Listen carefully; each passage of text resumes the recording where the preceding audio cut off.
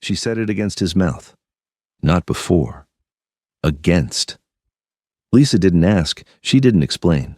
She grabbed the lapels of the most expensive suit in the room, pressed her lips to a stranger's, and kissed him like his name was already written somewhere in her chest. Her hands weren't shaking. And that was the terrifying part. Because Lisa was a woman who had held a dying man's hand at 3 a.m. without flinching. She did not rattle easy, but tonight she was running. From the corner of her eye, she watched the two men in the lobby go completely still. Watched them look at each other, watched them hesitate. Good. She held the kiss a second longer, calculated, deliberate, then slowly pulled back. She expected irritation, a shove maybe, a stranger's offense. Instead, she got silence. The man hadn't moved, not 1 inch. His dark eyes dropped to her face slowly, the way a man looks at something he is deciding whether to keep. One gloved hand had found her waist at some point during the kiss. She hadn't noticed when. That should have been her first warning. Then he spoke.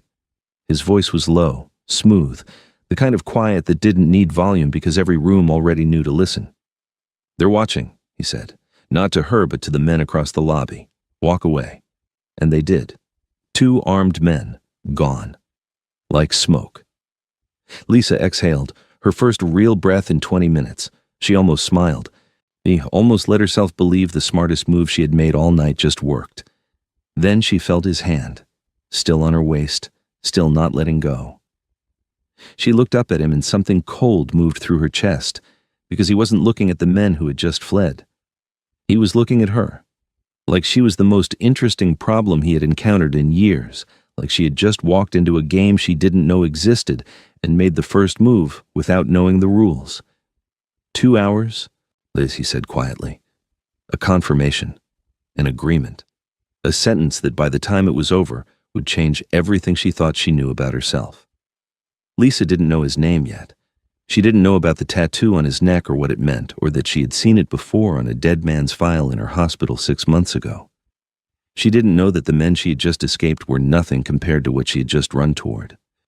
And she had absolutely no idea that a woman across that same lobby watching and waiting with a champagne flute in one hand had just put Lisa's name on a list it was very hard to come off of.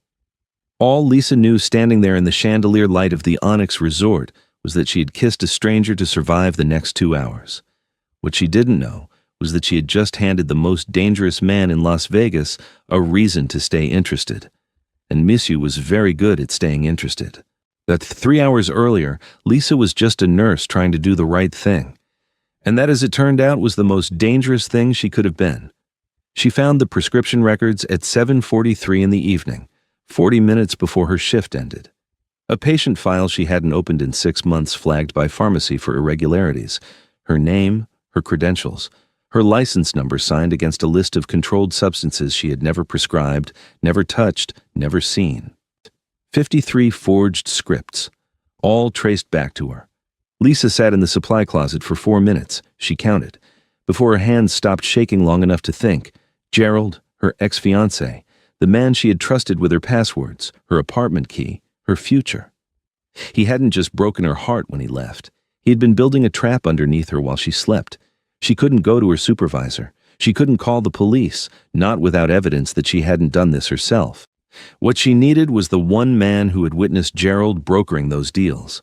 A hospital board member named Rains, a man she had seen in a photo on Gerald's phone 6 months ago. A photo Gerald had no idea she had seen. Rains would be at the Onyx Resort Gala tonight, a charity event, public, safe, or so she thought. She changed out of her scrubs in the hospital bathroom into the burgundy wrap dress she kept in her locker for emergency situations. Because Lisa Washington was a woman who planned for emergencies, even the ones she never expected to live through. She pressed her natural curls into place, smoothed her edges with the precision of a woman who knew that how you entered a room could determine whether you left it. She did not look like a woman who was terrified. She had learned long ago that looking terrified only invited more of the thing you feared. She found Rains in 40 minutes.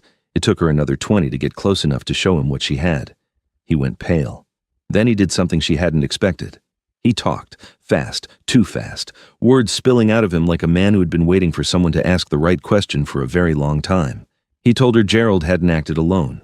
He told her the prescription scheme was a small piece of something much larger, a network that moved money through hospital systems across 3 states, and that the man running it wasn't Gerald. Gerald was an instrument. The man running it had a name, Rains whispered so quietly she had to lean in to catch it, a Korean name she didn't recognize, a name that meant nothing to her yet, but would mean everything before the night was over. And then Rains looked past her shoulder and his face changed completely. The 2 men appeared at the edge of the ballroom like they had materialized from the walls. Dark suits, earpieces, eyes that moved the way predators' eyes moved, scanning, tracking, locking. They weren't looking at Rains, they were looking at her. Lisa understood then with the particular clarity that only comes when survival instinct overrides everything else that Gerald hadn't just used her credentials. He had sold her out completely. Her name, her location, her face, traded to settle a debt she didn't even know existed. She moved before she decided to move. That was the training in her. Triage first, panic later. She crossed the lobby and measured strides, calculating exits, calculating angles, calculating which direction had the most people, the most witnesses, the most possibility. And then she ran out of room. The lobby narrowed, the men closed in. And there, standing at the concierge desk, back half turned, speaking to no one, still as a man who had never once in his life needed to look over his shoulder, was Monsieur. She didn't know his name yet. She only knew the suit, the posture, the particular stillness of a man that a room arranges itself around without being asked. She grabbed his lapels, pressed her mouth to his, and whispered it against his lips like a password. Please be my boyfriend for 2 hours. His name, she learned, was Monsieur, not from him. He didn't offer it. She caught it from the way a hotel manager appeared at his elbow within 60 seconds of them sitting down at the private high-limit lounge, the way the man bent slightly at the waist and said it in a near whisper, the way everyone within earshot found a reason to look somewhere else. Monsieur. One word. No explanation attached, the kind of name that didn't need one. He sat across from her at a table that seemed to exist in its own atmosphere. Amber light, the low pulse of jazz from somewhere below, the smell of sandalwood and something darker underneath like old wood and cold iron. His jacket was off now, folded with unnerving neatness over the arm of his chair. He wore a black shirt, the collar open just enough to reveal the edge of a tattoo at his neck. Lisa's eyes moved there before she could stop them. Geometric, precise. A pattern of interlocking lines that shouldn't have meant anything to her. She pulled her eyes back to her glass, filed it away. She had learned in 7 years of nursing that the details you couldn't explain immediately were the ones worth remembering. You're calculating, Monsieur said. He hadn't looked up from the cards a dealer had set in front of him, a game that appeared to be for show since no one else was playing. You do it with your jaw. It tightens. Lisa said nothing. Don't be embarrassed, he continued. It's a good quality. Most people panic. You problem solve. He finally looked up. His eyes were dark, not warm, but not cold either. Precise, like a man who had trained himself to see without reacting. I respect that. You don't know me, Lisa said, steady. She would be damned before she let her voice betray her. No, he agreed. But I'd like to. She almost laughed. Almost. 2 hours is not a biography exchange. 2 hours is enough time to learn everything important about a person. He set the cards down, then he said something that stopped her cold. You check the exits in the order trauma nurses check them, fast, methodical, left to right. You made eye contact with the man you went to speak to before the altercation, and you held a document in your left hand that you destroyed in the powder room on your way to the lobby. He tilted his head slightly. Also, your name tag impression is still on your wrist. You removed it quickly, but not carefully. The silence between them stretched like a wire pulled taut. Who are you? She asked, and this time she meant it down to the bone. Monsieur smiled. It didn't reach his eyes, but it was real somehow. The smile of a man surprised by his own interest. Tonight, he said, I'm your boyfriend. Then his phone lit up on the table between them. He glanced at it. The smile disappeared. Whatever was on that screen turned the atmosphere at that table from charged to dangerous in the space of a breath. He turned the phone face down. Stay here, he said, standing. His voice was pleasant, unhurried, but his eyes told a different story. Don't move. Don't speak to anyone. And if a woman in a white dress approaches this table, He paused, adjusting his cufflink with the focused calm of someone who had learned to finish every sentence no matter what was burning around them. Walk away from her, immediately. He left before she could ask why. Lisa looked around the room, found the woman in the white dress in under 10 seconds, standing near the bar, champagne flute in hand. Watching Lisa with a smile that had no warmth behind it, the kind of smile that knew something you didn't. And Lisa realized, sitting alone at a Mafia boss's table in the middle of Las Vegas, that the 2 hours she had bargained for had just become the least of her calculations. Else was out of her control. Heartbeats else was out of her control. Heartbeats, minutes, the number of exits in a room, the number of breaths between one crisis and the next. Monsieur returned to the table and sat down. He poured himself 2 fingers of something amber without offering her any. Not rudeness. She sensed it was something else. A tell. The first crack in his composure she had seen all night. The woman in the white dress, Lisa said before he could redirect. Who is she? He looked at her with something that might have been appreciation. You didn't move. You told me not to. Most people don't listen. I'm not most people. He studied her for a moment. Her name is Han Seo, he said. She works for a rival organization. She was at this event tonight for a specific purpose, and your presence disrupted it. How did my presence disrupt anything? I kissed you for 30 seconds. 42, Monsieur said without missing a beat, and because of those 42 seconds, she missed her window. A pause. She's angry about that. Lisa processed this slowly. What was her window? Silence. Monsieur. Something shifted in his expression, subtle, like weather changing behind glass. She realized it was the first time she had said his name. She hadn't intended it to land the way it did, but it did, and he felt it, and somehow that made the table feel much smaller. She was going to kill me, he said finally, using a signal, a specific kind of signal. He looked at her steadily. You used it first. The realization moved through her like cold water. She had grabbed a man in a crowded lobby and kissed him to survive, and in doing so, she had accidentally intercepted a hit. She hadn't saved herself from danger. For the duration of tonight is for the duration of tonight is functionally the same thing. That's not what I signed up for. No. He turned the glass slowly between his fingers. But it's where you are. Lisa pushed back from the table. She crossed to the window, floor to ceiling, the Las Vegas Strip bleeding neon into the black sky below, and pressed one hand against the glass. She needed to think without his eyes on her, without the weight of whatever this was pressing against her chest. She heard him move, not toward her, just a shift in his chair, the way a man moves when he has decided something. You're a nurse, he said behind her. Quiet, almost gentle, and somehow that was more unnerving than everything else. 7 years. 6, she said, then corrected herself. 7. He let the slip pass without comment. Was watching her from across the room, and was watching her from across the room, and in the low amber light, he looked like something carved rather than born. All sharp edges and deliberate stillness, except for his hands. His right hand rested on the table with a slight tremor he was working to control. She noticed it the way she noticed everything medical, before she decided to. She didn't say anything about it, neither did he. But something passed between them in that silence, the acknowledgement of a thing seen but not yet named, and it shifted the atmosphere in the room in a way that neither of them could take back. The 2 hours, she said carefully, were an audition. Consider it a very well-timed coincidence, he said. That is not what that is. No, he agreed, it's not. Something heavy settled in Lisa's chest. Not fear. She had moved past fear somewhere between the lobby and this conversation. This was something sharper. The particular weight of realizing that you thought you were making a move and you were actually being moved. She didn't ask him the next question yet.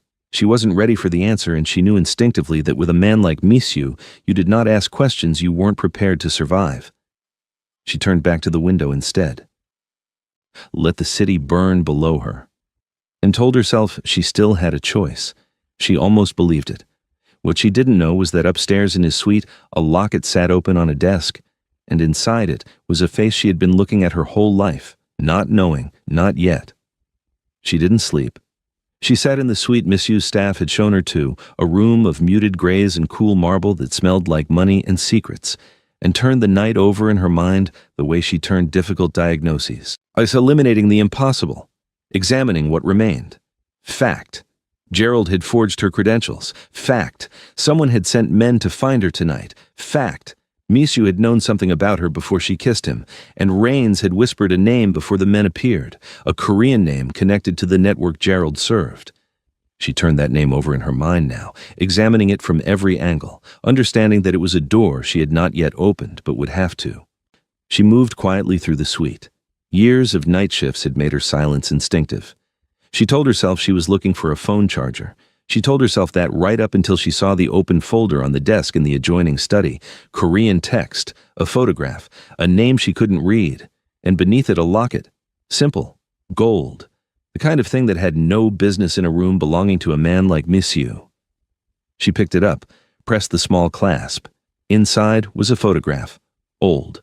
At edges soft, colors faded to that particular warmth that only decades could produce.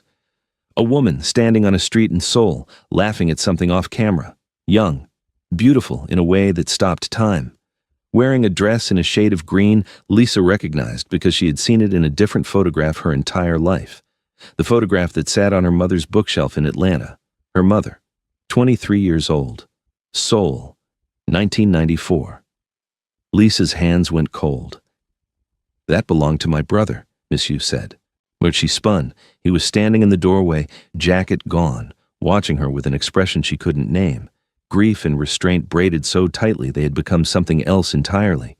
She should have put the locket down. She should have apologized, deflected, retreated. Instead, she said, "Where did he get this photograph?" Something moved across his face. "Where did you get that question?"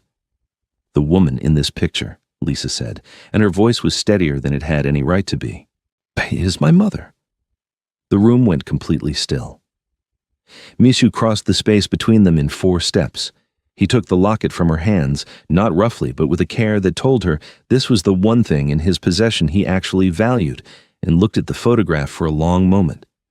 When he looked up, there was something different in his eyes. Not the controlled danger she'd cataloged all evening. Something rawer. The look of a man confronting a truth he hadn't expected to arrive like this. "My brother died in a Las Vegas hospital," he said carefully. 7 months ago. Unidentified. They never found who was responsible. "John Doe," Lisa said quietly. "He came into my ER." Misu's jaw tightened. "He gave me something before he died," she continued. Her heart was hammering, but she kept her voice level. "A photograph, the same one you're holding." He was quiet for a long time. Outside, Las Vegas kept burning, indifferent, glittering, relentless. In here, 2 people stood at the edge of something enormous, something that had begun before either of them was old enough to understand what fate felt like. "He knew," Misu said, more to himself than to her. "He knew and he sent me to you. He didn't send you anywhere. I kissed you in a lobby, did you?" He looked at her with something she couldn't fully read. "Or did someone make sure you would be in that lobby, made sure I would be standing exactly where you would reach?" The cold moved through her chest again.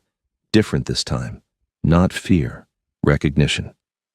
"Gerald," she said slowly. And then the name Rains had whispered, surfaced through everything else, and she understood now what door she had been built to open. The man Gerald served. The man running the network through hospital systems across 3 states. The man who had been inside Misu's organization for 30 years, protecting a secret that had started with a journalist in Seoul in 1994. "Your ex-fiancé was not working for loan sharks, Lisa," Misu said. "He was working for the people who killed my brother, and they used him to use you, to get close to me in a way no weapon could." She stared at him.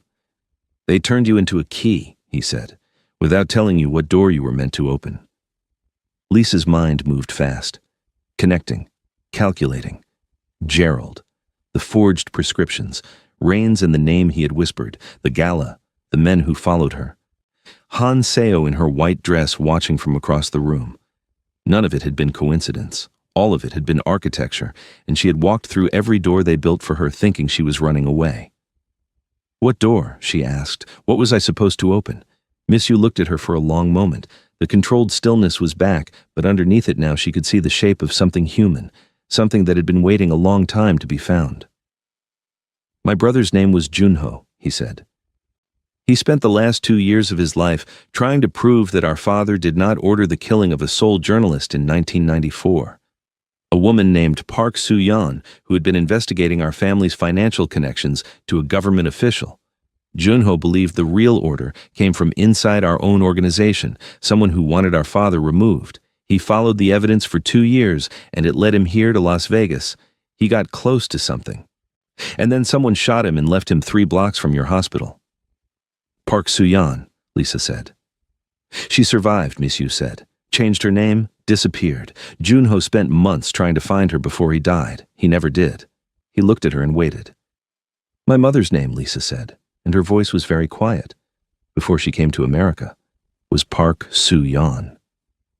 The room held its breath. She watched it move through him. The confirmation of something he had suspected, but not yet allowed himself to fully believe. His jaw tightened and then released, and the grief in his eyes was real, not performed, the grief of a man whose brother had died chasing a thread that was standing in front of him right now in a burgundy dress. He trusted you with the one thing that could end this, Miss Yu said. Your mother is the only living witness to what actually happened in Seoul. The only person who can prove our father was framed. And the man who gave the original order has been sitting inside our organization for 30 years, waiting for the bloodline to run out. The same man Rain's named tonight before the men came for you. Han Seo works for him, Lisa said. Han Seo is his instrument, Miss Yu said. She has been feeding him information and protecting his position for years. And KP-eun. He stopped. Lisa waited. KP-eun has been reporting to him as well, Miss Yu said. For how long and how much I don't yet know. There it was, not resolved, not clean, just the truth sitting between them like a lit fuse with an unknown length. He didn't say more that night. He didn't need to. He simply took the locket back to his desk, closed the folder, and looked at her across the dim room with an expression that was neither an invitation nor a dismissal. Just a door left slightly open. Lisa stood there and understood that the trap she had walked into was built so carefully she had mistaken it for a choice. For the worst part was she still didn't know who had built it, Gerald, Miss Yu, or something much older than either of them. And somewhere in the hotel below them, Han Seo set down her champagne flute, picked up her phone, and dialed a number. She knows, Han Seo said when the line connected. And he told her. A pause on the other end, then moved to the second plan. Han Seo smiled. Slow, patient, the smile of someone who had always known the board would eventually reset. Good. Level and her jaw set, the burgundy dress level and her jaw set, the burgundy dress still on her body, her mind already 3 steps ahead. She had a shift in 4 hours. She had a life that existed outside of whatever last night had been. She had a sister who didn't know any of this was happening, and she intended to keep it that way. She told herself all of this in the elevator, in the lobby. Of antiseptic and recycled air. The sound of antiseptic and recycled air, the sound of monitors, the particular rhythm of a place that never stopped moving. She changed into her scrubs, splashed water on her face, looked at herself in the mirror, and made the same decision she made every morning. Hold it together, you can fall apart later. She made it 40 minutes into her shift before her charge nurse found her. Lisa. Sandra's voice was careful in a way it had never been before. There's a board meeting. They're asking for you. I'm on shift. Lisa. Sandra touched her arm. They're not asking. The boardroom was on the 4th floor, a glass-walled room Lisa had entered exactly twice in 7 years, both times for commendations. She walked in now to find 8 board members seated around a table, and at the head of it, the hospital's legal counsel. Documents spread across the surface like a map of something she hadn't been invited to navigate. Ms. Washington, the counsel said, as of 6 this morning, Onyx Holdings LLC has completed its acquisition of this facility. Full asset transfer pending regulatory approval. The room was very quiet. The new ownership has expressed specific interest in retaining staff who demonstrate discretion and adaptability. He slid a single page across the table toward her. This is a personal contract. Direct terms separate from your existing employment agreement. She looked at the paper. Her name was already on it, and at the bottom in a signature she would have recognized anywhere after last night, measured, deliberate, the handwriting of a man who chose every word before he committed it. It was Monsieur's. She didn't touch the document. He bought the hospital, she said, and the words tasted exactly like what they were. A move she had not seen coming because she had been looking at the wrong board entirely. The new ownership has also pledged to expand the free clinic by 2 wings and clear all outstanding patient debt accrued in the last fiscal year. These commitments are contingent on key staff retention. There it was. Not a threat. Monsieur was too precise for threats. A structure. Like families a month who had nowhere else to go. Families a month who had nowhere else to go. He had not built a cage out of bars. He had built it out of everything she loved. And the most infuriating part was that she couldn't even call it cruel, because every promise he had attached to it was real. The clinic would grow. The debt would clear. People would be helped. Though he had made it almost impossible to be angry at him. Almost. "I need 24 hours, she said. The counsel nodded, which told her Monsieur had anticipated this answer too. She walked out of the boardroom and straight to the stairwell where no one could see her, press her back against the wall, and close her eyes.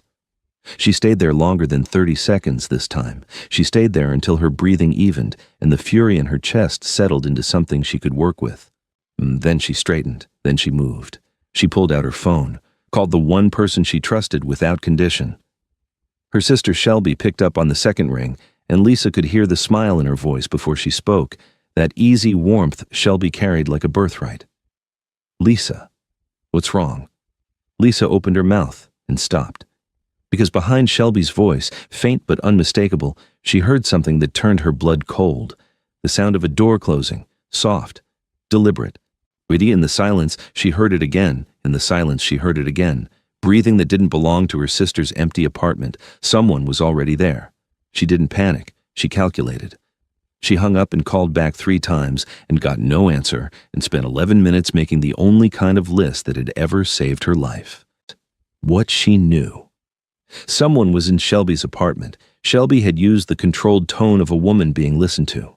What she didn't know yet was how deep KP Yoon's allegiance actually ran and which direction it would fall when the moment came. She was in a cab to Henderson before the list was finished. Shelby lived in a clean mid-rise 20 minutes from the Strip, far enough from Lisa's world that it had always felt like a boundary. Safe, separate. Had learned in ER bays. Not for what was had learned in ER bays, not for what was obvious, but for what was trying not to be heard. Nothing, which was worse than something. She knocked. Shelby opened the door, and Lisa had exactly 1 second to read her sister's face before she saw the man standing in the kitchen behind her. Tall, Korean, a mid-30s, the kind of build that came from discipline rather than vanity. He held a coffee mug like he belonged there, and looked at Lisa with an expression she hadn't expected. Not threat, not coldness, guilt. "You must be Lisa," he said. "And you are," she said flatly. "In my sister's apartment." "His name is KP Yoon," Shelby said. And something in her voice made Lisa go very still. Not fear. Something more complicated. The voice of a woman defending a choice she hadn't fully explained to herself yet. "He works for Monsieur. We've been talking for a while." "How long?" Lisa said carefully. "Is a while." The silence told her everything. 3 months, maybe more. Long enough that Shelby had a relationship with a man connected to Monsieur before Lisa had ever set foot in the Onyx, which meant nothing about last night was random. The root system had been growing underground for months before the flower appeared. "KP Yoon," Lisa said, turning to face him directly. "Han Seo made a phone call last night. She said the second plan uses the sister. Tell me what that means." He set the mug down. The guilt she had clocked on his face sharpened into something more complicated. Not confession, not quite. More like a man choosing which truth to offer first and understanding that the wrong choice would cost him everything. "It means Han Seo knows about Shelby," he said. "She will use her to create leverage on Monsieur. She knows he will not allow either of you to be harmed now." "Why not?" He looked at her steadily, and in his eyes she saw layers she hadn't anticipated. This was not a simple man. Because of who your mother is to his family's history. Monsieur doesn't have the full picture yet, but Han Seo does, and she has been holding it like a weapon for a very long time. Lisa's phone vibrated, a message from a number she didn't have saved. Come back to the Onyx, they're already moving. No, she looked at her sister. Shelby looked back with those steady brown eyes, and for a moment the apartment and the danger and the entire weight of the last 18 hours compressed into that look between them. You knew, Lisa said softly, about KP about how close this was getting to me. I didn't know it would cross into your life, Shelby said. I swear that to you, Lisa. It crossed the moment it crossed yours. She took her sister's hand, squeezed once, hard, the way their mother used to when words weren't enough. Then she looked at KP and held his gaze long enough to make sure he understood she was not asking. You will keep her safe, she said. And when this is over, you will tell me everything you know about what Misu's brother found before he died. Everything. Something moved through KP expression. Not relief, not quite. More like a man who had been carrying a weight alone for a very long time and had just been told he no longer had to. Evie, she filed that away, because she didn't trust it yet. Guilt that resolved too easily was just another kind of performance. She had learned that from Gerald. She walked out of her sister's apartment and typed a single word back to the unsaved number. Coming. She didn't know that KP standing in the kitchen watching her go, had already sent a second message, not to miss you, to someone else. She didn't know that the question of whether to trust him had not yet been answered, only postponed. She didn't know that the betrayal she was least prepared for was not behind her. It was waiting. Misu was standing at the window when she arrived, not pacing. He was not a man who paced. He stood with the stillness he seemed to carry everywhere, one hand in his pocket, the Las Vegas skyline laid out behind him like a city that belonged to him personally. He turned when she entered, and his eyes moved over her the way they always did. One pass, quick, complete, looking for damage. You went to your sister, he said. She's with KP Lisa said. And before you tell me that's safe, I want you to explain to me exactly how much you trust him. Because I watched his face when I asked him a direct question, and what I saw was not a man with a clean conscience. Misu was quiet for a moment, then he sat. Not at the desk, not at the table. On the edge of the low couch, elbows on his knees, and for the first time since she had met him, he looked like a man carrying something he hadn't chosen to carry. KP has been in my organization for 11 years, he said. He was my brother's closest contact in the months before Junho died. I've asked myself every day since then whether that is a reason to trust him or a reason not to. That is not an answer, Lisa said. No, Misu agreed. It isn't. She stood across from him and let the silence hold the weight of that. Because she understood then that Misu didn't have certainty. He had the same fraying threads she did, and he was pulling them the same way she was, carefully, trying not to let the whole thing unravel before the shape became clear. Tell me about Junho, she said. Tell me everything. Not what you told me last night. Everything. He looked at her for a long moment. Something in his expression shifted, like a door opened from the inside. He told her. All of it this time. The 2 years Junho had spent following the evidence. The financial trail through hospital systems across 3 states, the same network Rains had described, all of it feeding back to one man sitting protected inside the organization for 30 years. He told her about the night Junho called him from Las Vegas, 3 days before he died, and said he had found the witness. He told her that he had flown in too late, that he had stood in a hospital corridor and identified his brother's body and understood in that moment that the enemy was not outside his walls. It had never been outside his walls. And then he stopped talking, and the room was very quiet, and Lisa looked at him across the space between them and saw something she had not expected to see in a man like Misu. Exhaustion, the real kind. The kind that doesn't come from lack of sleep, but from carrying something too heavy for too long, without being able to put it down. She crossed the room. She sat beside him on the edge of the couch, and she reached for his right hand, the one with the tremor, the one he managed alone, and she held it in both of hers the way she had learned to hold things that were fragile without making them feel fragile. He went very still. She wasn't looking at him. She was looking at his hand, on feeling the tremor against her palms, assessing it the way she assessed everything, professionally at first and then with something warmer underneath that she didn't have a clinical name for. How long? She said quietly. 4 years, he said. His voice was different, lower, like something had been removed from it, Managed how? Alone, he said. She looked up at him then. He was looking at her with an expression she had never seen on his face before. Not the controlled danger, not the precise calculation. Something stripped of all of that. A man seen in a way he hadn't allowed before, and not entirely sure what to do with the exposure. She didn't say anything. She just held his hand and let the tremor move against her palms and let him feel that she was not pulling away from it. That was all. That was everything. They sat there in the low light of the suite, while Las Vegas burned outside the window, and the silence between them held something new. Something that had not been there the night before, something that did not have a name yet but was real enough to change the shape of the room. Lisa's phone lit up. A photo message from Shelby's number. She opened it. Shelby. Sitting in the back of a car, chin up, eyes burning with that particular fury that meant she was afraid but refusing to show it. The message beneath the image read, "Tell Monsieur to hand over the locket, then she comes home." Lisa looked up. They have her. I know, Monsieur said quietly. KP Yoon sent that from Shelby's phone. Lisa stood very still. She ran the calculation. KP Yoon had been in the apartment, had been alone with Shelby, had looked her in the eyes with what she had read as guilt, and she had filed it as unresolved, and she had been right to file it that way, because it had not been resolution she was seeing. It had been a man standing at a fork, deciding which road to take, and not yet having taken it. Give them the locket, she said. The locket has a drive inside it, Miss Yu said. Junho's evidence, 30 years of documentation, every name, every transaction, every order. If they get it, this ends before it begins.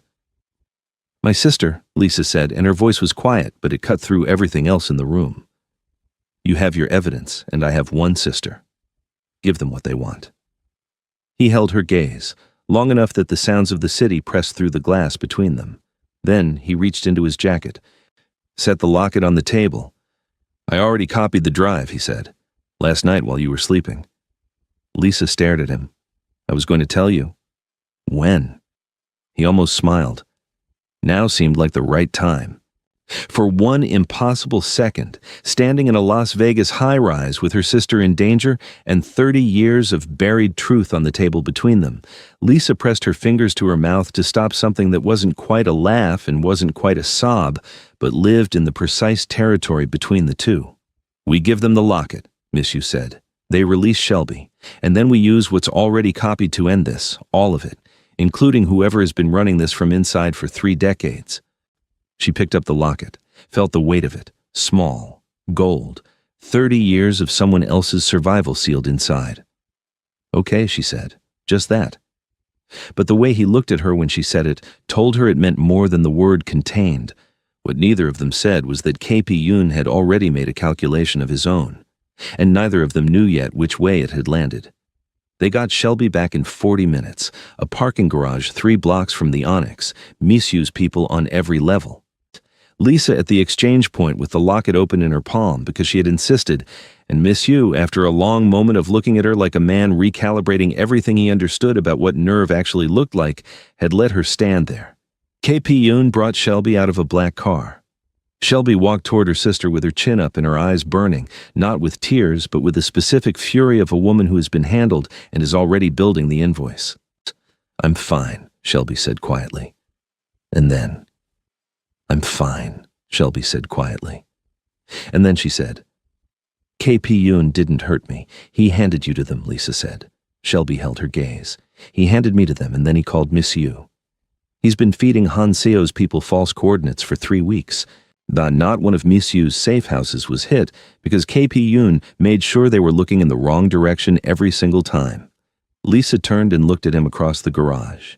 He stood with his eyes on Shelby, and on his face was the expression of a man who had made a choice in a dark room with no guarantee it would be the right one, and was only now beginning to find out. She looked at him for a long time, not forgiving, not yet, but reassessing. Because a man who had spent 3 weeks feeding false information to people who would kill him for it if they found out was not a man performing loyalty. He was a man paying for it. The locket exchanged hands. Han Seo's contact confirmed it and relayed a message, and then like smoke, they were gone, carrying a drive that held nothing and leaving behind a copy of everything. Han Seo believed she had won. She was in a private car when she opened the drive.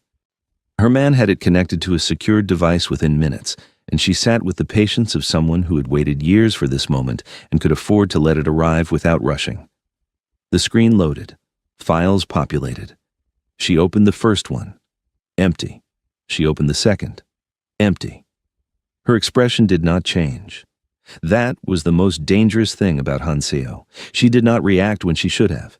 She simply sat in the moving car and looked at the empty files and calculated. Her fingers did not tremble. Her breathing did not change.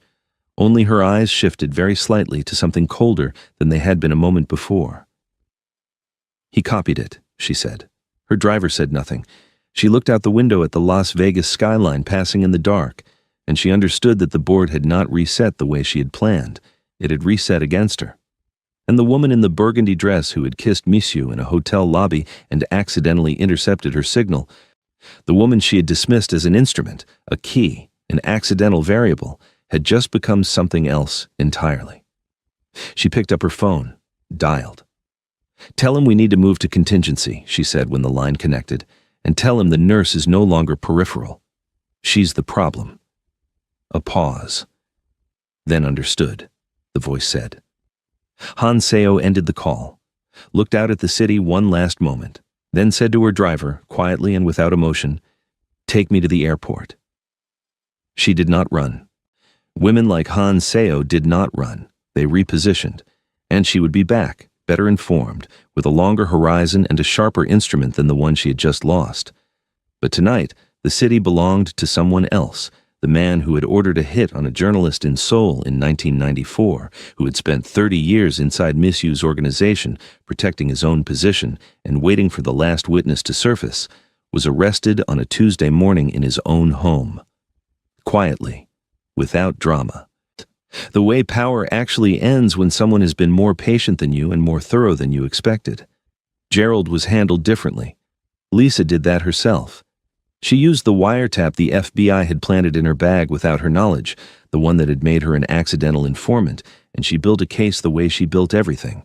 Carefully, completely, without leaving anything behind that could come back. She made sure that Rains, the man whose whispered name had cracked the whole architecture open that night at the gala, gave his full statement on record. Every name, every transaction, the complete network. Gerald lost his license, his assets, his story. He went to a federal facility in Nevada, and if the facility happened to fall within the jurisdiction of people who knew Misu's name, nobody said so. Lisa went back to work. 3 weeks after the garage, scrubs, morning shift. By every measure that the world outside, could see, her life had returned to normal. She told herself that was enough. She told herself that for 11 days. On the 12th day, she stood at the nurse's station at the end of her shift and stared at a discharge form she had already completed, and she understood that what she was feeling was not grief, and not longing, and not weakness. It was the particular dissatisfaction of a person who has tasted something true and then returned to a version of their life that is good but no longer complete. She didn't move on that feeling. Not that day. She went home. She made tea. She sat by the window and watched the city do what cities do at night, and she had a conversation with herself that was long and honest and uncomfortable. She thought about what it meant to choose a man like Misu. Not the fantasy version, but the actual version. The man with the tremor in his right hand that he had managed alone for 4 years. The man who had built a cage out of her values to keep her close and then unlocked every door without being asked. The man who had trusted her with the evidence that dismantled his own organization when he could have used it to protect himself instead. She thought about sitting beside him on the edge of that couch and holding his hand and watching something in him go quiet for the first time. A quietness that had nothing to do with control and everything to do with being held by someone who understood what they were holding. She sat with all of it for 3 more days, and then she put on the burgundy dress. She pressed her natural curls into place and smoothed her edges with the precision of a woman who knew exactly what she was doing and had decided to do it anyway. She looked at herself in the mirror for a long moment, not checking, deciding. She found him at the high-limit lounge of the Onyx. Of course she did. He was at a poker table, jacket pristine, cards in hand, Me and every other player at that table was working very hard to look like they weren't watching him. Lisa walked through the room. She didn't hurry. Her heels found the floor deliberately. Her brown skin caught the amber light of the lounge and held it, and the room noticed her the way rooms notice women who have taken their time with a decision and arrived certain. She stopped beside his chair. He looked up, and in his dark eyes she saw everything he had spent 3 weeks not saying. The restraint of it, the discipline of a man who would not ask for what he wanted and would not pretend he didn't want it. Underneath it, something that had no business existing in a man like him, something that looked terrifyingly, exactly like hope. She leaned down, pressed her lips to his, once warm, real. No desperation this time, no calculation except the truest one. She had weighed her quiet life against this, and her quiet life had come up short. She straightened, looked at him. "I'm renewing the contract," she said, "indefinitely." The table went completely still. Monsieur set his cards down. He stood the way he did everything, like time belonged to him, and he looked at her with an expression that had nothing calculated in it. Just a man standing in the wreckage of everything he had built, and finding that the one thing still standing was the woman in front of him. He offered her his hand, his right hand. The one she had held in the low light of a suite while Las Vegas burned outside and he had let himself be known. She took it, and this time she felt the slight tremor against her palm, and she held it the same way she had before, firmly, without flinching, without looking away. He felt that. She knew he felt it, because something in his face changed in a way she didn't have a word for yet, but understood completely. Across the room, Shelby Washington sat beside KP Yoon with a glass of something sparkling and the smile of a woman who had known exactly how this would end and had been patient enough to let her sister arrive there herself. Outside, Las Vegas kept burning, relentless, indifferent, golden. Inside, a nurse and the man who had built a cage out of everything she loved and then unlocked every door walked out into it together. Not into safety. They both knew better than that. Into something rarer. Something chosen. And in a quiet house in Atlanta with old photographs in green frames, a woman named Park Soo-yeon sat by her window and felt for the first time in 30 years that the thing chasing her had finally stopped. She didn't know yet what her daughters had done, or what they had survived, or what they had built from the wreckage. But she picked up her phone, and she dialed a number she had never deleted. It rang twice. Then a voice she hadn't heard since Seoul answered. She closed her eyes, and the story that had started 30 years ago in a city on the other side of the world finally quietly began to breathe again. If you stayed until the very last word, then you already know this story is not finished. Drop a comment right now and tell me where you are watching from, because I read every single one. If you want to know what happened in Seoul in 1994, what Lisa's mother saw that made her worth silencing, and what Monsieur does when he finally hears it directly from her, comment renewed below and let me know you are ready for part 2. Like this and share it with someone who loves a story that earns every single moment. Subscribe so you are right here when the next chapter begins. This was the Vegas Gamble, and the real game has not even started yet.